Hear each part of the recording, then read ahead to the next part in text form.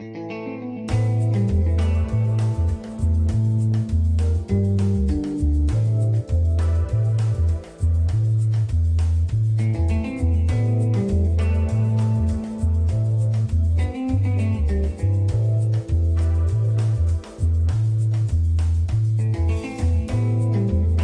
to you from the Hudson Media Group studio, this is Talking Politics, and I am the Professor Fernando Uribe. Happy New Year. I hope you all have a wonderful start to 2021.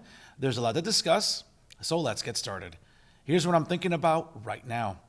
Folks, it certainly was in the news cycle at the end of 2020, and it's certainly not the way we want to start the new year, but here's some stats that should really remind you why cities in New Jersey are becoming an absolute disaster.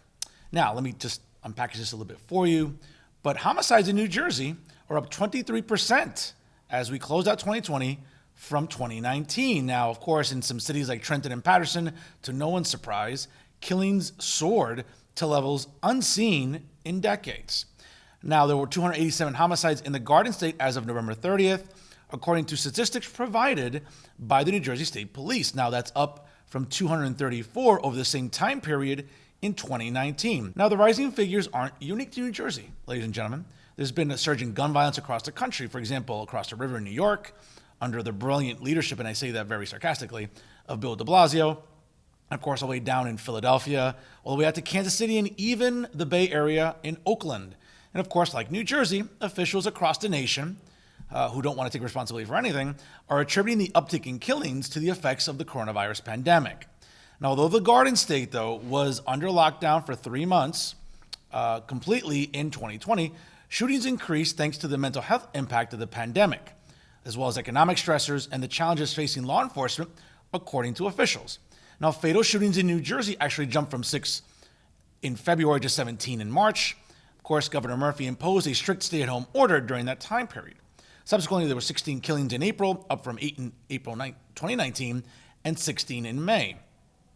As a matter of fact, Patterson Mayor Andre Said said, quote, "We're living in an abnormal time. Unfortunately, abnormal times beget abnormal behavior." For example, Patterson has recorded 27 homicides in 2020 so far, its highest number in more than 30 years, the mayor said. Now, besides the sort of anxiety caused by the pandemic, the mayor also attributed the spike to more guns on the street and a higher demand for drugs.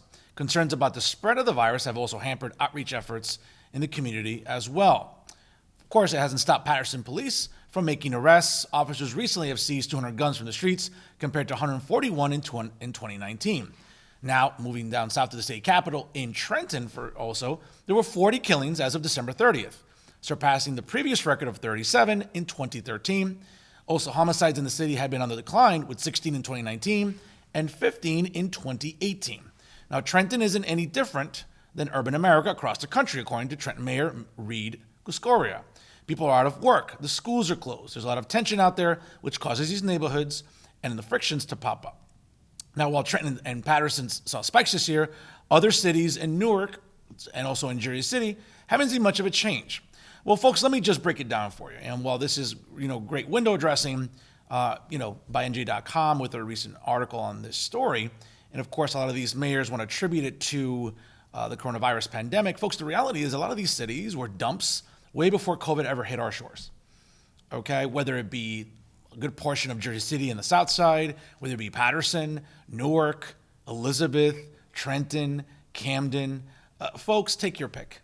And the largest cities in New Jersey were always dumps anyway. So the idea that somehow, we want to blame the coronavirus for an uptick in violence, well, that's just being lazy. And one of the things that really sort of, stands out for me, again, I'm a lifelong Hudson County resident, so I've lived here. I've traveled to Jersey City, okay? And there are parts of the south side that I wouldn't want to walk through even during the daytime, much less in the evening. There are parts of, for example, listen, I went to Rutgers, New Brunswick. And if you've ever gone to New Brunswick, folks, yes, you can walk on College Avenue, and that's great and all. You can walk on Easton Avenue, but walk 3 or 4 blocks north, west, southeast of College Avenue. And folks, New Brunswick is also a dump, and it's one of our larger cities in New Jersey. And mind you, I'm as diehard a Rutgers alumnus as there is, but I have to be honest about the city that, hosts my alma mater. But again, I don't want to digress. This is the problem about sort of sugarcoating a serious problem that exists in our cities, folks. And what's happened for decades now is we've seen these cities run by specific people and specific ideologies. And I know that I've talked about it throughout 2019 and also into 2020, and I'll continue beating the drums on this in 2021. Folks, it's these liberal policies that have destroyed these cities for decades, okay? And a lot of people come down on me on social media and say, well, Fernando, you never come down on conservatives. You never come down on Republicans, whether it be in New Jersey or nationally. Well, let's just stick to New Jersey. The reason I don't come down on conservatives or even give them a hard time is because conservatives and Republicans have zero say about what goes on in New Jersey. They have zero say about policy in Trenton, okay? Republicans have been in the minority in the legislature for nearly 25 years. You know who's run the legislature? Democrats, more specifically, liberals and progressives. And is it any coincidence that the state's going to utter hell? I was just in Florida a couple weeks ago, folks, and what a stark difference in the way the Sunshine State is run compared to the Garden State. For example, even during the coronavirus pandemic, we're seeing indoor dining at 50%. Okay, we're seeing businesses hopefully resurfacing and rebounding. Not here in New Jersey, though. Even a gallon of gas continues to go up. Why? Because Governor Murphy and the legislature think that in their infinite wisdom, they should institute another gas tax in the middle of a pandemic. Or, for example, raise tolls on the Atlantic Expressway or the Garden State Parkway or the New Jersey Turnpike. Yes, all it is about tax, and spend in New Jersey. And it's the same way in a lot of these cities. Folks, it's no coincidence that these cities are an absolute dump. And now there's another word I can use, but this is indeed a family-friendly program. I've even been accused of dog whistling when talking about nearby Jersey City. I remember having a conversation with David Cruz at the NJTV studios accusing me of dog whistling when I've talked about parts of the city that are they're just garbage, they're dumps, they're disasters. But of course, when you live in those areas, you might feel a little self-conscious, you might develop a little bit of a complex. That's fine, that's my problem, I want to say that. But it's also your problem that you choose to live there. So if you want to get sensitive and triggered, that's your problem, not mine, folks. But one of the things that we have to sort of call out is the fact that these cities continue to be just an outright disaster. And it's not because of COVID. Yes, we can blame COVID. And of course, there's a certain percentage of culpability involved with it. But at the end of the day, folks, it's how these cities are run. And they've been run by liberals and progressives and mostly Democrats for 20, 30, even 40 years. And the proof is in the pudding. You see in these cities become an absolute dump. More and more people are moving out of New Jersey. And why? Why would you want to stay here when the state is becoming an absolute disaster? It's not about COVID. It's not about gun violence. It's not about anything else. It's about how poorly run these blue cities are. And of course, how poorly run this blue state is compared to other states. If that doesn't wake you up, I don't know what will. And that's what I'm thinking about right now.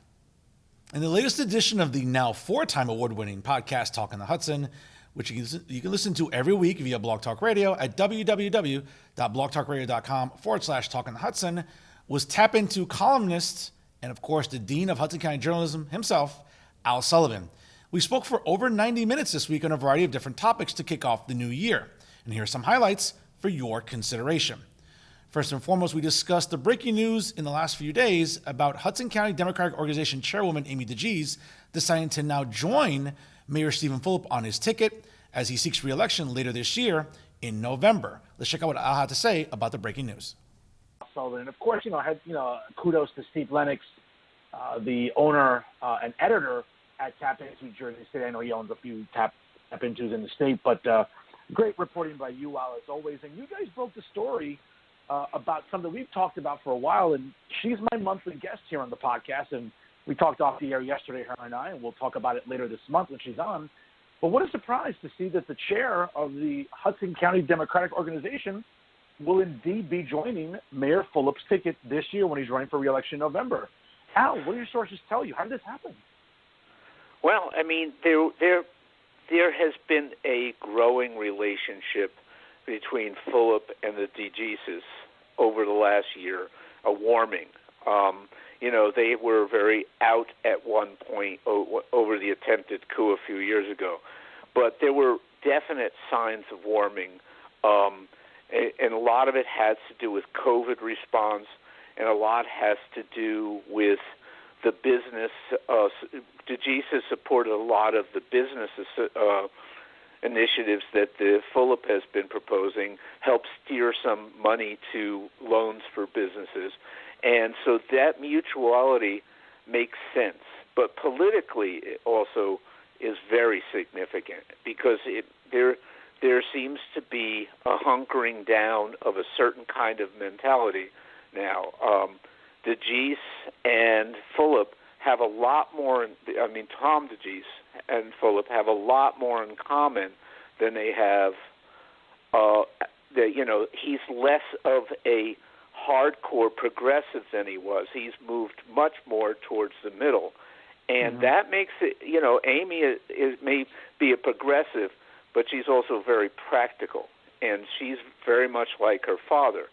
And that mix really works. And they sort of see, the attempt by the progressives in Jersey City when they supported the anti-Ceres thing showed that the progressives aren't always on the right side of their what they see as the right side of politics. And I think a lot of factors played into this idea that they had more in common than they had against each other. And that's starting to gel. Without a doubt, the addition of Chairwoman DeGise makes Mayor Fulop's ticket even more formidable going into this re-election season. Secondly, we talked about the ongoing backlash that continues to be levied upon Hudson County Executive Tom DeGise. And I'm sure it's all because of his approval of the recent ICE contract that was ratified by the Board of Hudson County Freeholders. Yes, the freeholders, not commissioners. I don't believe in that politically correct nonsense. But, of course, we talked about the impact it's having on Tom DeGise and now how he's been harassed and now even being threatened and how disgraceful that's become. Let's hear what Al had to say about it. And it was interesting because, you bring up the progressives, Al, and over the Christmas holiday, again, as I was compiling my top 10 list, I remember talking to Amy because right before the Christmas break for this program, I had Amy on, and we talked a lot about the relationship between her and her father, and certainly I was one of those guys, Al. I know you saw it on social media. I had no reservations about defending her dad. Her dad was subjected to a lot of vitriol, a lot of scorn by the local progressives. And let me be very clear, Al, because I use this term a lot, and it might trigger some people, but I don't really care because, if Tom DeGise was living in Paramus, where he has like maybe 50, 75, 100 feet of distance between him and his neighbors, that's one thing. He lives in the Heights. Okay, much like the area we live in, homes are on top of each other. So when these social justice clowns and these woke fools decide to camp out in front of Tom DeGise's home, again, no offense to Tom. I'm not trying to use this term in a belligerent manner, but when you go to an elderly man's home and you start harassing him, his wife, and other neighbors who may be also elderly, maybe parents with small infants, that's not the way to get your point across. And I think Amy, sometimes she's very diplomatic, and I applaud her for that. But I could tell she was pissed off about the way her dad was being not only treated, but more so how he was being vilified on social media because of the ICE contract. Am I wrong to say that, Al? Well, it got worse. I think yesterday he got a suspicious package that turned out to be nothing, but it was clearly a message. They opened, apparently the bomb squad opened it and found it was full of some sort of just filler. There was nothing in it. But the fact is that it's a kind of terrorism. You can't. That's not what this discussion is about. This is each side has its own agenda, and the county executive has jobs on the line. For many of those people are people of color that work at the jail. Okay, he's maintaining the jobs. He's maintaining people in the neighborhood where they live, or near enough where their families and lawyers can see them. If he did away with the contract, those people would still be in detention. They would just be in detention. What the last I heard was Mississippi, far away from any family, far away from the lawyers, and maybe with conditions that aren't as good as this jail. They spent the last 2 years upgrading the conditions, making medical facilities, isolating for COVID, all of this other. They have mental health people on staff. They have done a lot to accommodate the people who they're taking care of. And so the activists, they want to send a message to Washington, but they're not particularly sympathetic to the people that they are supposedly advocating for. Their message is they want this federal government to do away with the program. And, and I talked to Tom about it briefly, and I said, shouldn't they be talking to the president-elect? That's the person who could stop that anytime. He just shuts down the program. Lastly, we dissect the recent win by U.S. Representative Albio Sires as he won another term in the House of Representatives. Certainly himself and his chief of staff, Weehawken Mayor Richard Turner, continue to be a very compelling dream team here in Hudson County. And certainly his reelection says a lot about where Albio stands on a lot of issues and how the community continues to gravitate towards him term after term. Let's hear what Al had to say about the reelection of Albio Sires.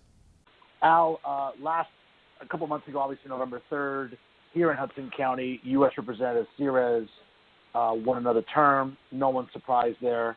I know other House races in New Jersey were much more competitive. On my top 10 list last year, I had Sires and Mayor Turner at number 4.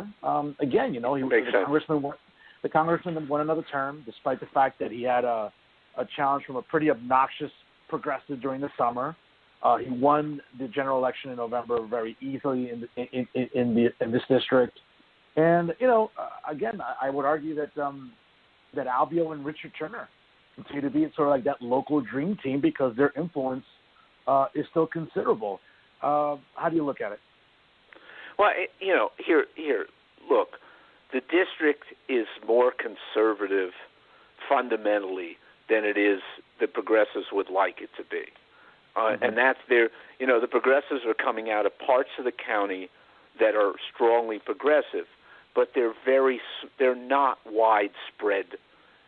Most of the district that Sires runs in are blue-collar workers or workers who work Wall Street or that. They're not the typical progressive. The move by the progressives was an attempt to push Sires to more progressive, and it wasn't going to work. I mean, look, West New York has an active Republican Party. There's a conservative core to a lot of Latinos. That's not, they'll vote Democrat, but they also vote jobs and cops. And Sires knows that. And he represents a good blend. I mean, he's not like Pasquale. Pasquale is a hardcore progressive. Sires has walked the rope and has done the job. I've walked with him on the streets, and he points to that street isn't clean. That street isn't clean. He really pays attention to that kind of stuff, and that's appreciated. And he has the progressive. He votes progressive, but not to the level. That's why you're seeing a lot of progressives running against Democrats, which seems silly. There was a progressive who ran against in Patterson, and you're going, why are you running against one of the most progressive congressmen already in office? Because they're trying to push the agenda, and fortunately, Sires is so practical and so rooted in his community, it's hard for them to push him anywhere but where he wants to already go. It was a very informative episode, to say the very least. And of course, for over 90 minutes, Al Sullivan touched upon a variety of different topics, both in North Hudson, down in Jersey City, and even down in Bayonne. And of course, it's something you don't want to miss. So if you want to listen to the episode in its entirety, you can always check it out at www.blogtalkradio.com/Talkin' Episodes are available anywhere at any time from any PC, Mac, smartphone, or tablet. And now to some local stories for your consideration. And let's start off with in Jersey City. As we all know, Hudson County Executive Tom DeGise continues to receive a lot of scorn online, but now it's gone from just being harassed online to being threatened physically. And that's something, quite honestly, that should never be condoned. Now, great story by Rosa Sabayan from the Jersey Journal, and I certainly want to thank her for a report on it. And it's obviously been detailed that the county executive acknowledged he received a suspicious confetti-filled package while commissioners attribute threats to the ICE contract. Now, again, a suspicious package that made a popping noise and shot confetti into the air was sent to Hudson County Executive Tom DeGise last month to intimidate him, according to his spokesman last week. Now, several of DeGise's colleagues on the Hudson County Board of Freeholders, yes, folks, I'm going to call them freeholders, I'm sorry. I can't just get with this ridiculous political nonsense and political correct type of ideology. They're freeholders, all right? Now, again, they've been receiving threats via phone calls, according to freeholder Anthony Veneri, who attributed them to the official support for a new contract with the U.S. Immigration and Customs Enforcement Agency. As we all know, ICE became a new sort of consolidated agency with the introduction of the Department of Homeland Security in 2003 under the Bush administration. Now, quote, in addition to a fake bomb that was sent to the county executive's home, all these threats of violence are clear acts of harassment and intimidation, according to freeholder chairman Veneri, which he put out in a press release this week. They will not succeed, and they must be condemned by all decent people, including those officials who oppose the county contract with the Department of Homeland Security. Freeholder Anthony Romano confirmed he had been receiving threats nearly 2 weeks ago as well.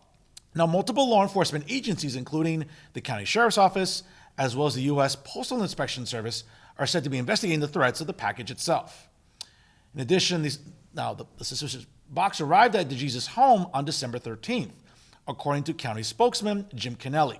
Now, it did not have a return address, and when opened, it, quote, made a loud popping noise and shot confetti and other materials in all directions at a high velocity.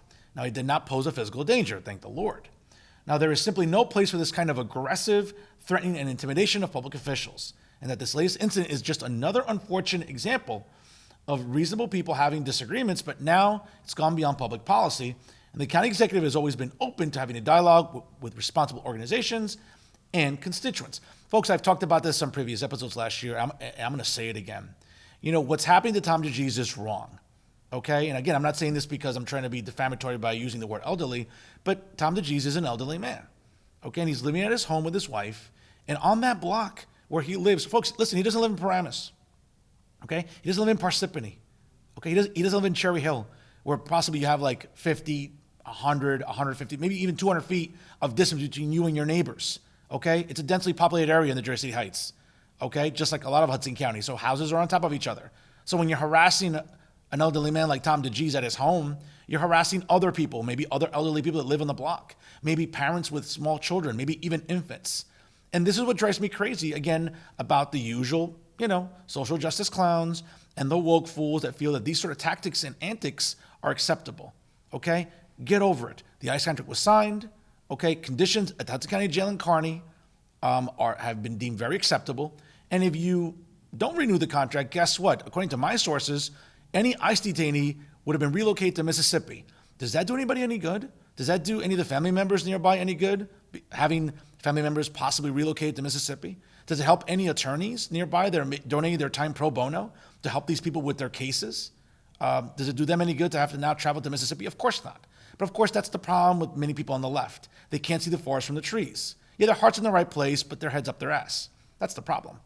And of course, we'll continue to see this sort of childish behavior by people acting as activists, but quite frankly, they're really just being like children. Staying in Jersey City, it breaks my heart to learn this week of the passing of Carolyn Oliver Fair, a renowned civil rights activist in Hudson County's largest city. Now, a great job by Ron Zettlinger of the Jersey Journal for his report on this story. And of course, certainly for longer than anyone can remember, Carolyn Oliver Fair fought for people that could not fight for themselves. And even while battling cancer, which ultimately took her life this past week, Oliver Fair put others first, according to community activist Frank Gilmore, who called Oliver Fair a mentor and an inspiration. Quote, even with her own battle, we were going down to Trenton to make sure our voices are being heard by the state legislature. She was fighting for the people and had her own personal fight going on, and she would not let that deter or derail the mission. That takes a certain type of individual. Now, as executive director of the North Jersey chapter of the National Action Network, Oliver Fair was instrumental in the prosecution of Jersey Sergeant John Ransom, who struck a Jersey City man with his patrol car in Audubon Park in 2017, and she was a constant presence at multiple anti-violence demonstrations throughout the years. Now, I had a chance to meet Carolyn some years ago, and I wouldn't dare insult anyone's intelligence and say that she was one of my best friends because we spoke very casually. But you know what? Whenever I did have a chance to speak with her, she was just a delight to engage in. She's someone who cared. And even though there were times that we disagreed about policy, she's someone who I know had her heart in the right place. And she's someone who advocated for black and brown people, consistently in Jersey City, or even, poor white people as well. And that's one of the things that really makes Carolyn's loss so stinging for not just Jersey City residents, but for anybody that knew her. She was an amazing human being, and certainly my heart goes out to her family, and my condolences go out to them because it's a very difficult time. Cancer is just an absolute horror to deal with, or any illness for that matter. But when you take the life of someone like Carolyn, it's even more painful. So again, Hudson County lost an icon, and Hudson County lost a true activist and advocate for people that, quite frankly, couldn't speak for themselves. But Carolyn was proud to do that. And even while battling cancer, it shows a lot about her character, and it shows a lot about the fact that, you know what? She's someone that truly cared. She wasn't about the headlines or social media or just getting attention. What she wanted is to get results. She wanted to get justice for people. And you know what? And in many instances, she actually did that. So again, my heart goes out to the family of Carolyn. You know, Carolyn, you'll be deeply missed, not just in Jersey City, but throughout Hudson County. Lastly, we'll move to Bayonne, where unfortunately racism rears its ugly head. And again, a shout out to Terry West from the Jersey Journal for her report on this story. Now, a woman who recently moved to Bayonne from Tennessee was arrested for a racist rant this past week that the victim shared on social media while it was occurring, according to Bayonne police. Now, Claudia Emanuel, age 60, was charged with bias intimidation and harassment after following Tamika Bordeaux, who is black, throughout her neighborhood, while repeatedly taunting her with racial slurs and daring her to call the police. Now, the onslaught of slurs ended when Bordeaux reached a convenience store where two women demanded that Emanuel stop her tirade. Now, Bayonne police arrested Emanuel at her home Monday afternoon, according to Captain Eric Amato.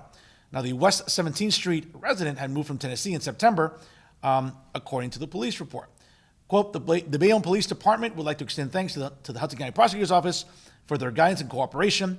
Special thanks is also extended to the concerned citizens that aided the victim during this horrible ordeal.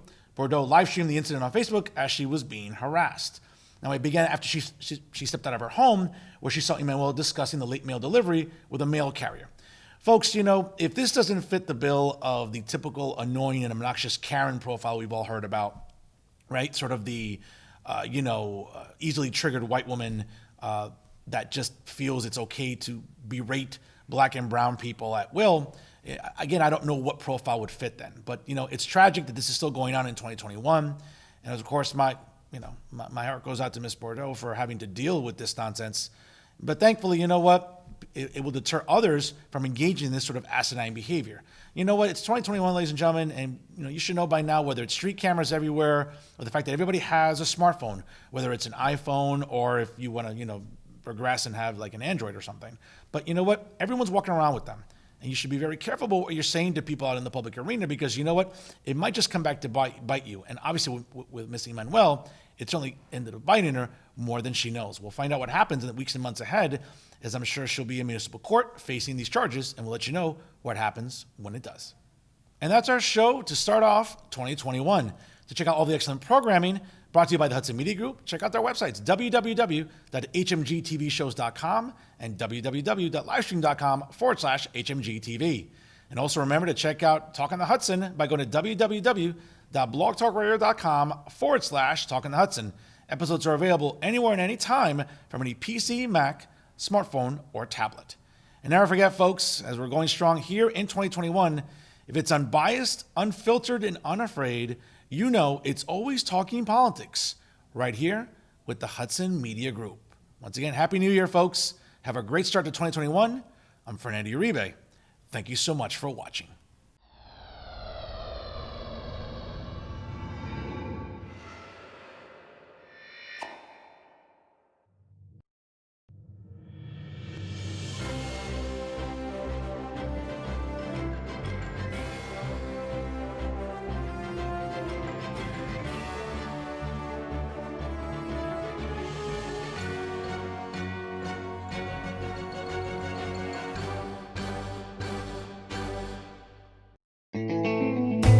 Don't forget to catch Fernando's podcast at blogtalkradio.com/talkonthehudson. New episodes available every Wednesday night at 9 p.m.